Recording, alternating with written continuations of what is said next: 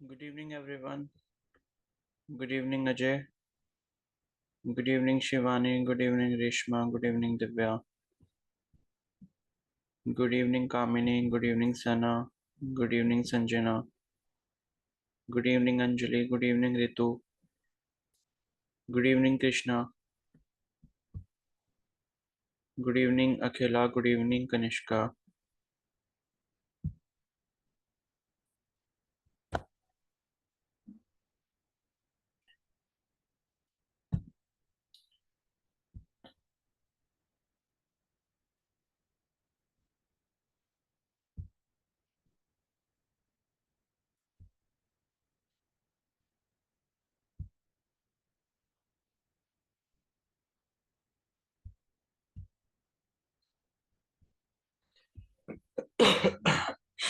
Good evening, Diksha.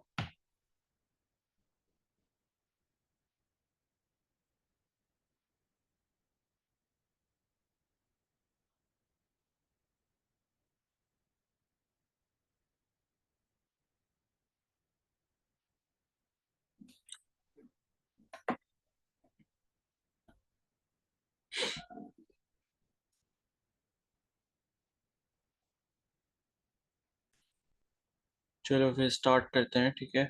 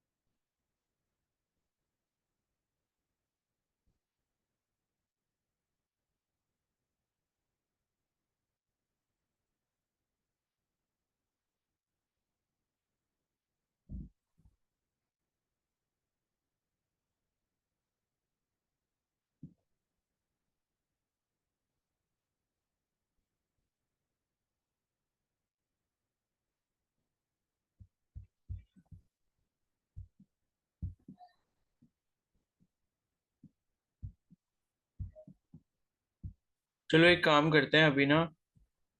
ये वाला जो चैप्टर है, मुझे लग रहा है कि इसे नोट से ही पढ़ाना पड़ेगा, क्योंकि ऐसे तो ये बहुत बड़ा चैप्टर है। ठीक है। तो इसमें जो आगे कंटिन्यू करना है ना, वो हम कल से कंटिन्यू करेंगे। अभी क्या करते हैं, फिजिक्स वाला वो चैप्टर पढ़ लेते हैं, ठीक है। जो सुबह पढ़ रहे थे हम, काइनेटिक थ्योरी ऑफ गैसेस। ठीक है। तो इसको आगे कंटिन्यू कर लेते हैं। वो वाला चैप्टर जो है मैं इसको अलग से पढ़ाऊंगा।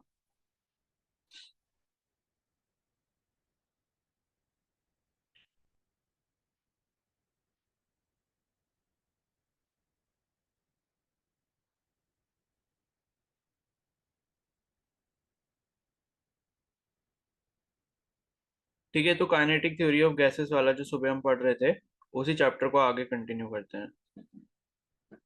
ये वाला जो चैप्टर है केमिस्ट्री का, केमिकल थर्मोडायनेमिक्स, इसको कल से कंटिन्यू करेंगे, ठीक है। तो मॉर्निंग में जो है मैंने आपको, अच्छा मॉर्निंग में कौन कौन नहीं था? कोई ऐसा है जो मॉर्निंग में नहीं था?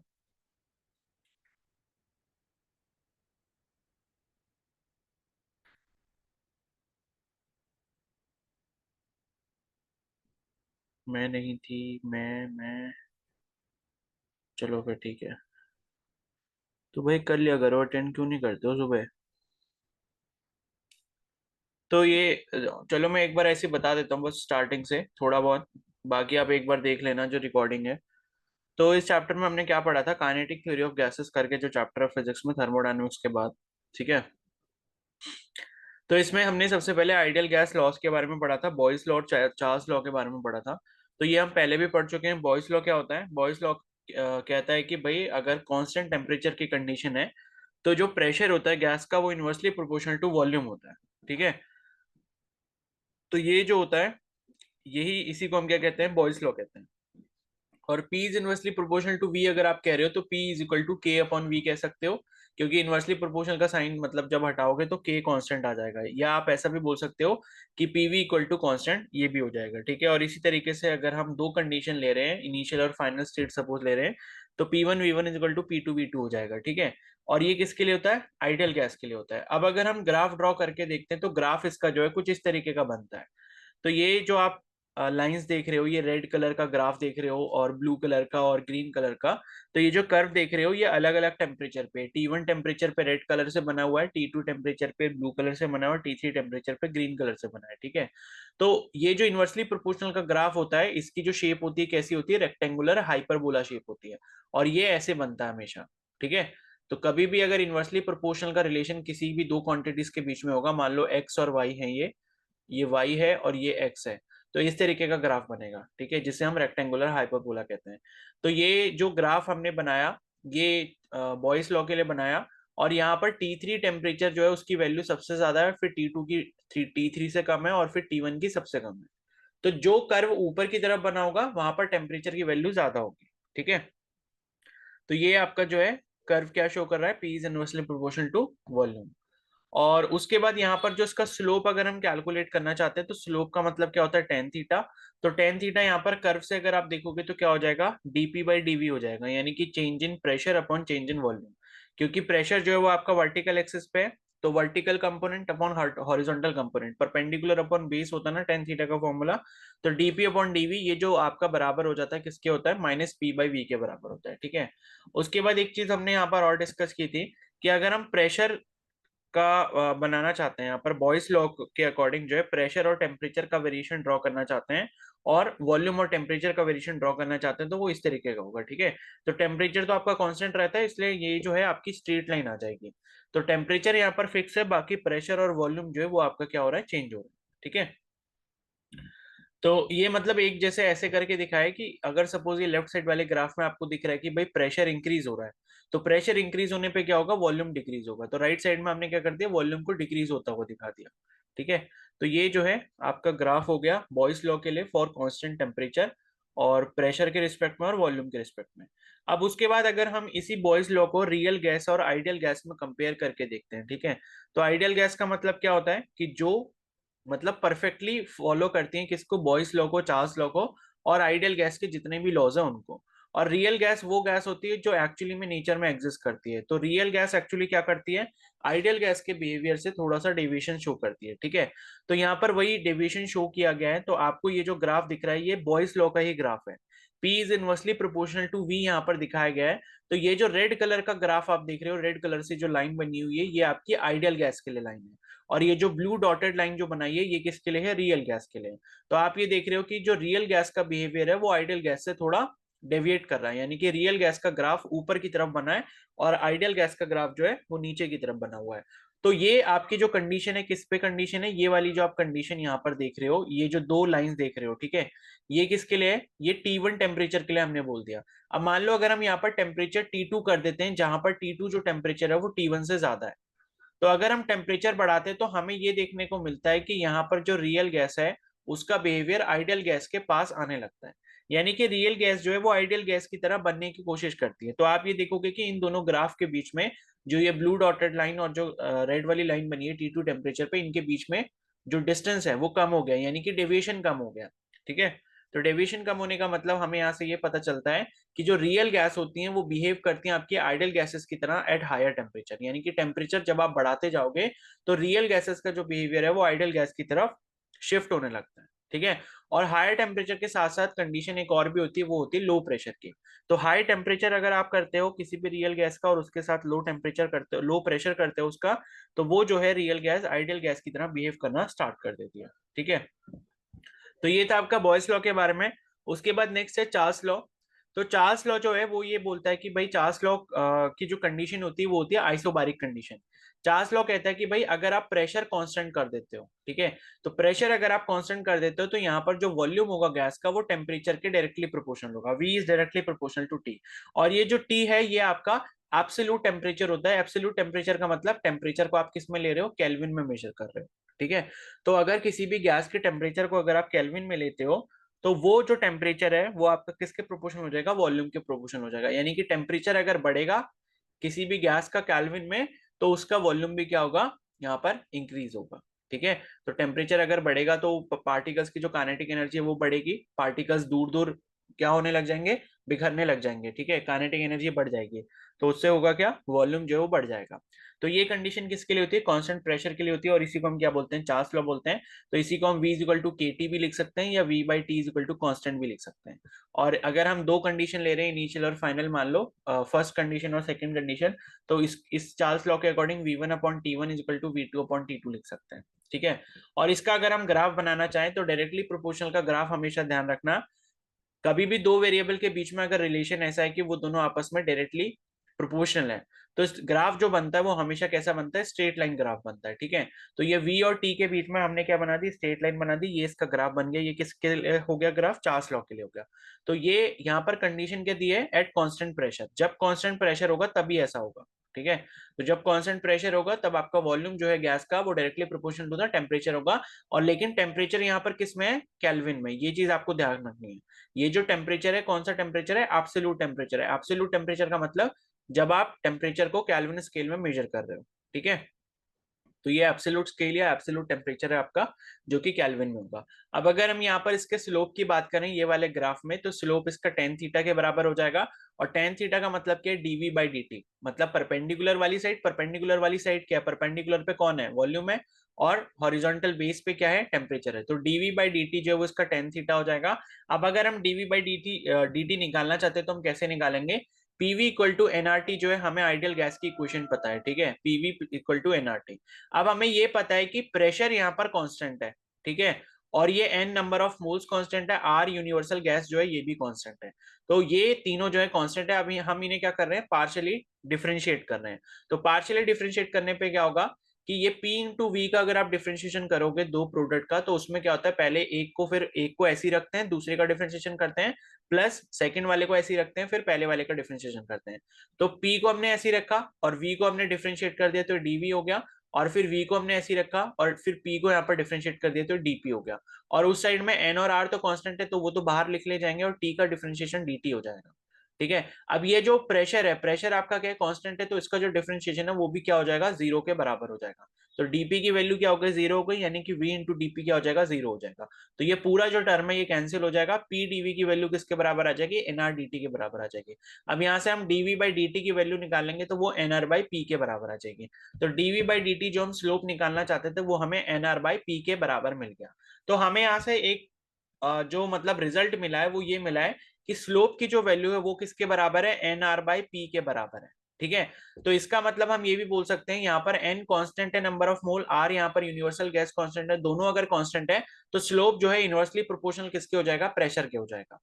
यानी कि अगर हमें मान लो दो ग्राफ दिए या दो से ज्यादा कर्व दिए हुए हैं एक ही ग्राफ के अंदर, और हमें ये पता लगाना है कि प्रेशर की वैल्यू किस केस में ज्यादा होगी। अगर हमें वी और टी के बीच में ग्राफ बना के दे दिया जाए तो हम उसके स्लोप के अकॉर्डिंग ये चीज बता सकते हैं। ठीक है, तो जैसे हमने यहाँ पर एक एग्जांपल भी लिया था, मैंने सपोज ये ग्राफ लिया, इसमें हमने एक्स एक्स वाला ग्राफ बनाया और वाई वाला ग्राफ बनाया, और दोनों ही ग्राफ जो है वॉल्यूम और टेम्परेचर के बीच में रिलेशन को शो कर रहे हैं।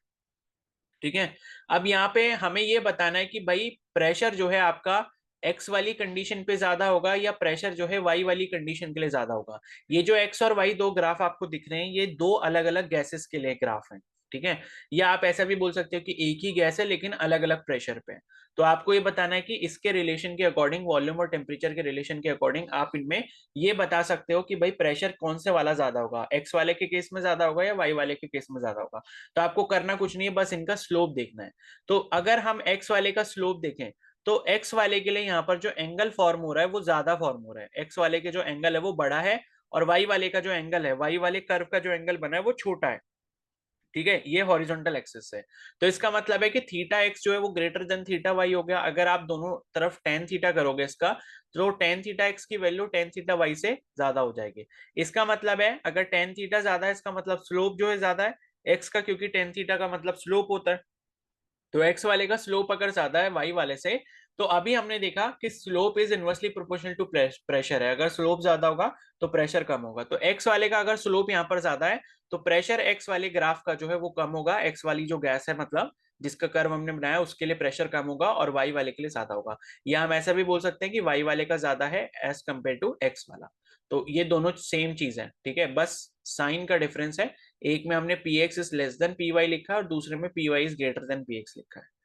ठीक है, तो ये रिलेशन हम यहाँ से पता लगा सकते हैं। उसके बाद था Charles law for ideal gas versus real gas. तो जैसे अभी हमने ऊपर कंपेयर करके देखा था कि बॉयस लॉ जो जो होता है, ठीक है, तो उस केस में हम अगर कंपेयर कर सकते हैं यहाँ पे, ये मैंने आपको दिखाया था डेविएशन जो होता है रियल गैस और आइडियल गैस का। ठीक है, तो आइडियल गैस से रियल गैस जिस तरीके से आपको बॉयस लॉ में डेविएट करते हुए दिखती है, वैसे ही अगर आप यहाँ पर किसी भी रियल गैस का ग्राफ बनाओगे एज पर चार्ल्स लॉ और वॉल्यूम और टेम्परेचर का वेरिएशन देखोगे, तो आपको वहां पर भी डेविएशन देखने को मिलेगा। तो ये जो रेड वाली जो लाइन यहाँ पर ये बनी है, ये आपकी आइडियल गैस के लिए, और ये जो ग्रीन डॉटेड बनी है किसके लिए, रियल गैस के लिए। तो आप यहाँ पर ये देखोगे कि ये लाइन कुछ इस तरीके से जा रही है। मतलब ये है कि यहाँ पर जो टेम्परेचर की वैल्यू है, मान लो यहाँ पर टेम्परेचर की वैल्यू क्या है, T2 है। ठीक है, और यहाँ पर अगर मैं बोल देता हूँ, यहाँ पर पर्टिकुलरली मान लो यहाँ कह देते हैं T1 है। ठीक है, तो T1 जो टेम्परेचर है वो आपका T2 से क्या है, कम है। T1 टेम्परेचर जो है वो T2 से कम है। यानी कि जैसे जैसे आप टेम्परेचर बढ़ा रहे हो वैसे वैसे यहाँ पर रियल गैस जो है उसका बिहेवियर आइडियल गैस की तरह होता जा रहा है। ठीक है, तो आप ये देख रहे हो कि जैसे जैसे टेम्परेचर की वैल्यू बढ़ रही है वैसे वैसे ये दोनों ग्राफ जो है आपस में मिलने की कोशिश कर रहे हैं। इसका मतलब है कि रियल गैस जो है वो आइडियल गैस की तरह बिहेव करने की कोशिश कर रही है एट हायर टेम्परेचर। तो वही सेम चीज आपको यहाँ पर भी देखने को मिल जाती है जो ऊपर मिली थी, कि हायर टेम्परेचर और लोअर प्रेशर की कंडीशन पर रियल गैस जो है वो आइडियल गैस की तरह बिहेव करना शुरू कर देती है। ठीक है, तो वही ग्राफ आपको यहाँ पर इस तरीके से दिख जाएगा। तो यहाँ से आप यही कंक्लूजन निकाल सकते हो कि टेम्परेचर जैसे जैसे आप बढ़ाओगे वैसे वैसे क्या होगा, यहाँ पे जो रियल गैस है वो आइडियल गैस की तरह बिहेव करना चालू हो जाएगी। ठीक है, तो यही लाइन यहाँ पर लिखी थी। और इसके बाद अब हम यहाँ से कंटिन्यू करेंगे जो कि है variation of volume and temperature in degree Celsius. ठीक है, तो अभी देखो हमने जो चार्ल्स लॉ पढ़ा, उस चार्ल्स लॉ में हमने ये पढ़ा कि भाई जो वॉल्यूम होता है आपका डायरेक्टली प्रोपोर्शनल होता है टेम्परेचर के। और हमने लेकिन साथ में ये बात बोली थी कि ये जो टेम्परेचर होता है ये कौन सा वाला टेम्परेचर होता है, एब्सोल्यूट टेम्परेचर होता है। ठीक है, एब्सोल्यूट का मतलब क्या है कि डिग्री केल्विन में अगर हम बात कर रहे हैं तो ये रिलेशन सेटिस्फाई होता है। और इस केस में अगर हम यहाँ पर ग्राफ बनाना चाहें यहाँ पर V और T के बीच में, तो ये ग्राफ आपका ओरिजिन से स्टार्ट होता है। ठीक है, तो ये ओरिजिन है, मतलब 0,0 का कोऑर्डिनेट है, यहाँ से आप जो है ग्राफ को स्टार्ट कर सकते हो। लेकिन अगर मैं आपसे ये बात बोल दूं कि भाई चार्ल्स लॉ को आपने जो है बताना है, या वॉल्यूम का आपने जो रिलेशन है वो बताना है टेम्परेचर के रिस्पेक्ट में, लेकिन वो जो टेम्परेचर है वो अब किस में है, डिग्री सेल्सियस में। पहले डिग्री केल्विन में था, तो आपका डायरेक्टली आपका V is directly proportional to temperature हो गया। यानी कि जितना ज्यादा टेम्परेचर बढ़ेगा उतना ज्यादा ही वॉल्यूम बढ़ेगा, तो डायरेक्टली प्रोपोर्शनल का रिलेशन है। लेकिन अगर ये टेम्परेचर जो है डिग्री सेल्सियस में हो जाए तो ऐसा नहीं होगा, तब जो रिलेशन फॉलो होगा वो ये वाला होगा। ठीक है, तो ये वाले रिलेशन जो है इसका मतलब क्या है, ये जो रिलेशन है ये कहता है कि वॉल्यूम अगर आपको निकालना है किसी T डिग्री सेल्सियस टेम्परेचर पे, तो वो आपका होगा 0 डिग्री सेल्सियस टेम्परेचर पे जितना वॉल्यूम है plus T by 273 into volume at 0 degree Celsius. ठीक है, तो इसका जो स्टेटमेंट है वो मैं यहाँ पर लिख दे रहा हूं, उससे आपको थोड़ा और समझ आ जाएगा। तो इसका जो स्टेटमेंट है वो ये कहता है कि for each degree rise in temperature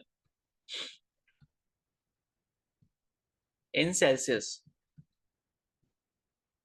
ठीक है, the volume of given mass of gas increases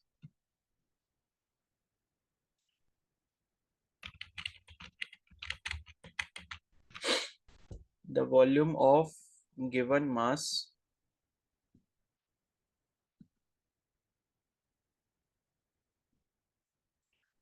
of gas increases by 1 by 273 of its volume at 0 degree Celsius.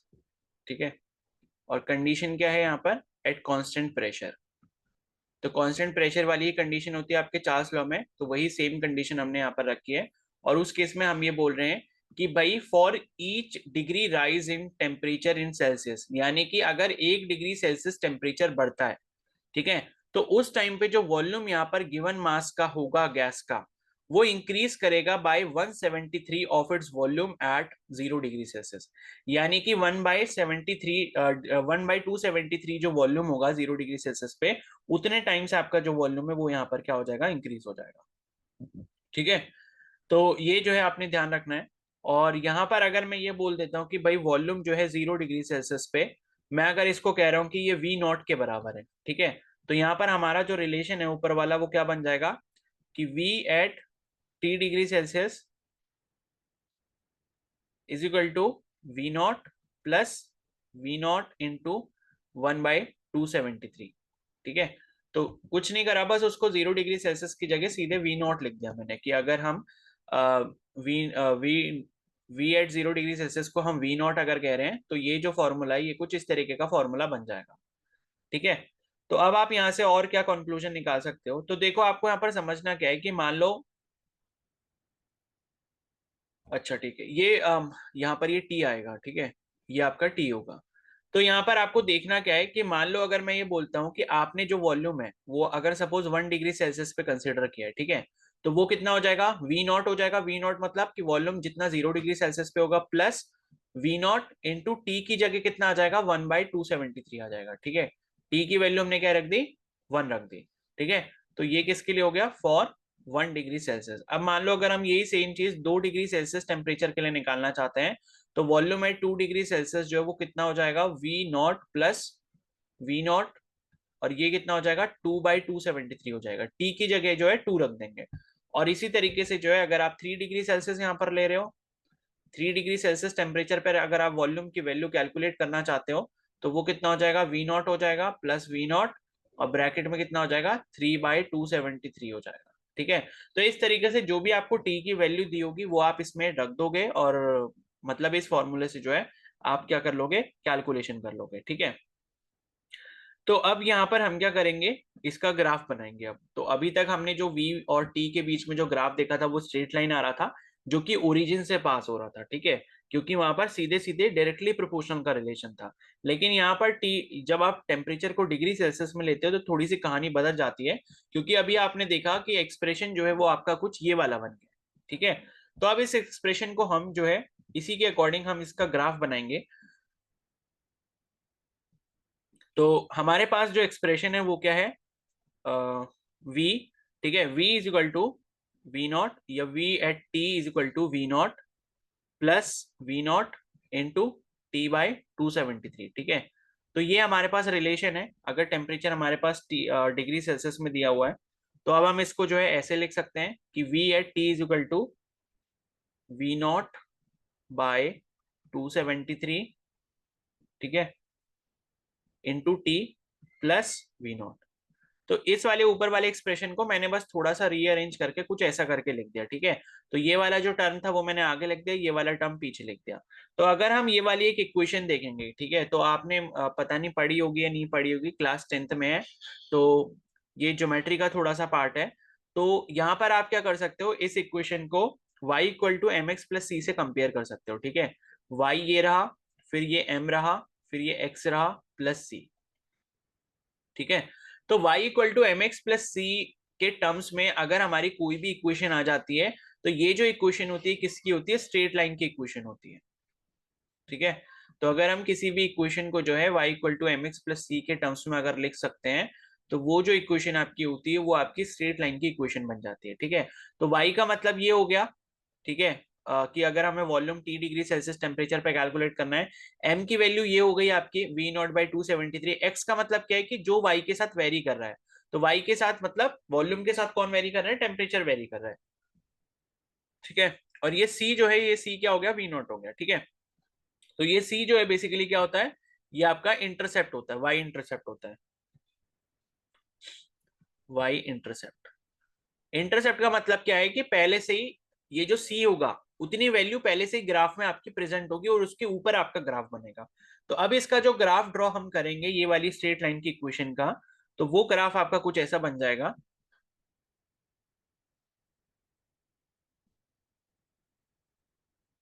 ये हमारा वॉल्यूम है यहाँ पे, ठीक है, यहाँ पे टेम्परेचर हो गया और ये किस में है, डिग्री सेल्सियस में। तो यहाँ पर क्या है, हम सबसे पहले इंटरसेप्ट ड्रॉ करेंगे। तो ग्राफ जो है हमारा मतलब यहाँ से बनेगा, ठीक है। तो ग्राफ सपोज यहां से बनेगा और ये जो है स्ट्रेट लाइन ग्राफ ही बनेगा, क्योंकि volume is directly proportional to temperature अभी भी है, लेकिन यहाँ पे बस टी जो है टेम्परेचर आपका डिग्री सेल्सियस में आने की वजह से छोटा सा चेंज ये आएगा कि आपको यहाँ पर जो है एक इंटरसेप्ट ड्रॉ करना पड़ेगा जिसकी वैल्यू वी नॉट के बराबर होगी, ठीक है।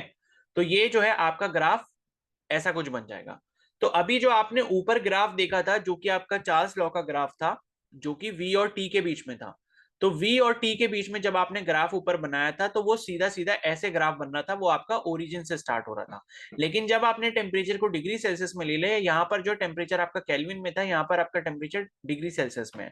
तो इस केस में जो ग्राफ है वो आपका ऐसे बन जाएगा, और वो हमने ग्राफ कैसे बनाया, इस इक्वेशन के अकॉर्डिंग।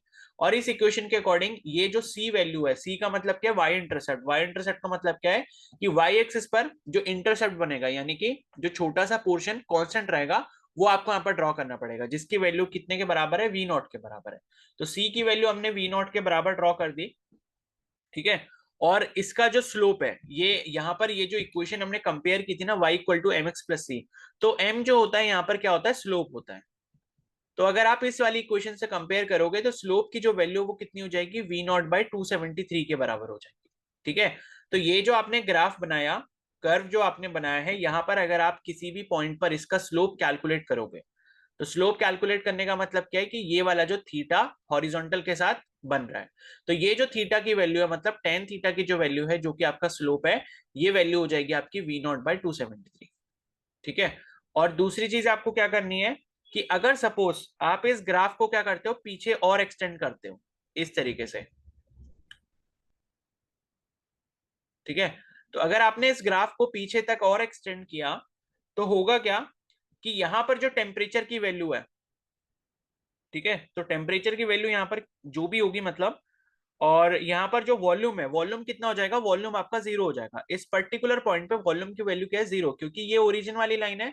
तो ये अगर आप एक्स एक्सिस से मतलब इस ग्राफ को कट करोगे, तो यहाँ पर आपको जो वॉल्यूम की वैल्यू मिलेगी, जीरो मिलेगी। मतलब ये है कि वॉल्यूम यहाँ पर जीरो है, फिर यहाँ पर कुछ और वैल्यू होगी, यहाँ पर मान लो 50 हो गई, यहाँ 100 हो गई, यहाँ 50 150 हो गई, यहाँ 200 हो गई, यहाँ 250 हो गई।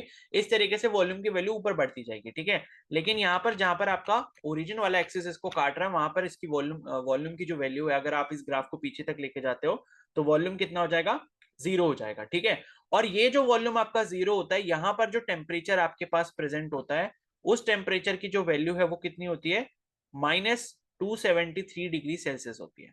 और इसी टेम्परेचर को आप जीरो केल्विन भी बोलते हैं, ठीक है।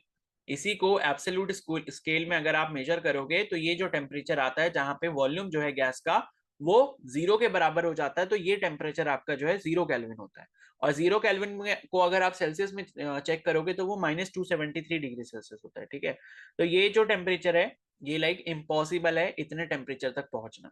ठीक है, तो इसका मतलब है कि गैस का जो वॉल्यूम है वो कभी जीरो हो नहीं सकता, क्योंकि इतने टेम्परेचर पर आप कभी पहुंच ही नहीं पाओगे।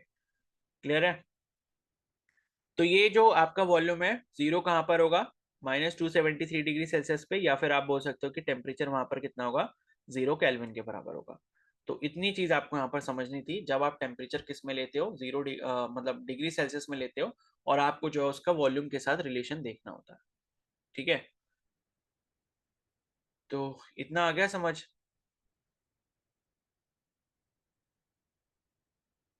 सर ये जो -273 डिग्री सेल्सियस वाला जो है वो V = 0 से आया है। क्या चीज? सर ये -273 डिग्री सेल्सियस जो टेम्परेचर है, हाँ ये जब आया ना, जब हमने V को जीरो जीरो डिग्री जीरो पर प्लॉट किया है, मतलब हाँ हाँ जब हाँ लाइन एक्सटेंड किया है। हाँ, क्योंकि देखो ना, आप जब इस ग्राफ को देखोगे, मान लो यहाँ पर मैंने इस ग्राफ पे कोई पॉइंट लिया, तो v की वैल्यू यहाँ पर कुछ इतनी होगी। ठीक है, आप इधर आए तो यहाँ पर v की वैल्यू क्या हो गई? कम हो गई। धीरे धीरे आप जैसे जैसे नीचे आ रहे हो तो ग्राफ पे जो वॉल्यूम है उसकी वैल्यू कम होती जा रही है। यहाँ पर आओगे तो वॉल्यूम की वैल्यू ये हो जाएगी। ठीक है, यहाँ पर आओगे फिर वॉल्यूम की वैल्यू ये हो जाएगी, और फाइनली जब आप बिल्कुल यहाँ पर नीचे आ जाओगे तो वॉल्यूम की जो वैल्यू है वो यहाँ पर कितनी हो जाएगी? 0 के बराबर हो जाएगी। ठीक है, तो वॉल्यूम जैसे ही 0 की तरफ जाएगा उसका जो टेम्परेचर है वो क्या होगा? धीरे धीरे कम होता रहेगा। मतलब ये है कि ये स्ट्रेट लाइन भी आपको वही चीज शो कर रहा है कि टेम्परेचर बढ़ाओगे तो वॉल्यूम बढ़ेगा, टेम्परेचर घटाते जाओगे तो वॉल्यूम घटता जाएगा। और एक ऐसी पर्टिकुलर कंडीशन आ जाएगी जब आपका वॉल्यूम जीरो के मतलब जीरो हो जाएगा, लेकिन वो कंडीशन कौन सी होगी? जब आपका टेम्परेचर बिल्कुल ही कम हो जाएगा, जो कि -273 डिग्री सेल्सियस है या 0 केल्विन है। और ये वाला जो टेम्परेचर है ये अभी तक इम्पॉसिबल है इस टेम्परेचर पे पहुंचना, यानी कि T = -273 डिग्री सेल्सियस पे। ठीक है, ओके।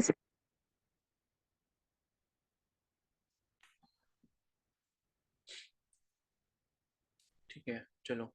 अब इसके बाद नेक्स्ट जो है वो है आपका एवोगाड्रोस हाइपोथेसिस। तो अभी तक जैसे हमने दो गैस लॉस के बारे में पढ़ा, तो वैसे ही ये भी एक आपका लॉ है। ठीक है, एवोगाड्रोस हाइपोथेसिस, ये आपने पहले पढ़ भी रखा है, केमिस्ट्री में ही पढ़ा था हमने। तो ये जो एवोगाड्रोस हाइपोथेसिस होता है ये क्या कहता है कि at constant temperature and pressure, ठीक है, तो ये मोस्ट इंपॉर्टेंट कंडीशन है कि टेम्परेचर और प्रेशर जो है वो आपका अगर कांस्टेंट होता है तो equal volumes of all gases contain equal number of molecules. ठीक है, तो अगर टेम्परेचर और प्रेशर कांस्टेंट रखते हो, टेम्परेचर और प्रेशर अगर चेंज नहीं हो रहा है, तो अगर आप मल्टीपल गैसेस लेते हो और उनका वॉल्यूम क्या लेते हो? इक्वल लेते हो, बराबर लेते हो। ठीक है, मान लो आपने जो है यहाँ पर तीन टाइप की गैसेस ली। ठीक है, सपोज मेरे पास यहाँ पर CO2 है, यहाँ पर ऑक्सीजन है, यहाँ पर अमोनिया है। ठीक है, तो इस केस में अगर आप मान लो इनका तीनों का वॉल्यूम जो है सेम ले रहे हो, मान लो इसका वॉल्यूम आपने 100 ml लिया है, इसका वॉल्यूम भी आपने 100 ml के बराबर लिया है, और इसका वॉल्यूम भी अगर आपने 100 ml के बराबर लिया है, तो यहाँ पर जो इसके नंबर ऑफ मॉलिक्यूल्स होंगे वो भी सेम होंगे। तो अगर मैं कह रहा हूँ कि इसमें एक्स नंबर ऑफ मॉलिक्यूल्स हैं, इसमें एक्स नंबर ऑफ मॉलिक्यूल्स होंगे, इसमें भी एक्स नंबर ऑफ मॉलिक्यूल होंगे, तो अगर यहाँ पर आपका वॉल्यूम जो है वो सेम होता है, ठीक है, और दूसरी कंडीशन क्या है कि प्रेशर और टेम्परेचर अगर आप चेंज नहीं कर रहे हो, वो अगर कांस्टेंट रहता है, तो उस केस में यहाँ पर जो नंबर ऑफ मॉलिक्यूल्स हैं वो भी आपके कांस्टेंट रहेंगे, यानी कि सेम रहेंगे। ठीक है, तो at constant temperature and pressure equal volumes of all gases contain same number of molecule. तो गैस के नेचर पे ये चीज डिपेंड नहीं करेगी, सिर्फ वॉल्यूम पे करेगी। अगर आपने प्रेशर टेम्परेचर कांस्टेंट रखा है तो वॉल्यूम अगर आप सेम ले रहे हो तो नंबर ऑफ मॉलिक्यूल्स भी उन गैसेस के जो होंगे वो क्या होंगे? सेम होंगे। ठीक है, तो यहां से जो है आप ये बता सकते हो फिर कि जो वॉल्यूम होता है वो आपका directly proportional to number of molecule होता है। यानी कि अगर वॉल्यूम ज्यादा होगा तो नंबर ऑफ मॉलिक्यूल्स भी ज्यादा होंगे, अगर वॉल्यूम कम होगा गैस का तो नंबर ऑफ मॉलिक्यूल्स भी कम होंगे। ठीक है, तो ये जो है इसको ध्यान रखना। ठीक है, चलो फिर इसके बाद आइडियल गैस इक्वेशन है, फिर उससे कंटिन्यू करेंगे। ठीक है, तो अभी ब्रेक ले लेते हैं 5 मिनट का, 5:45 से कंटिन्यू करते हैं। ठीक है।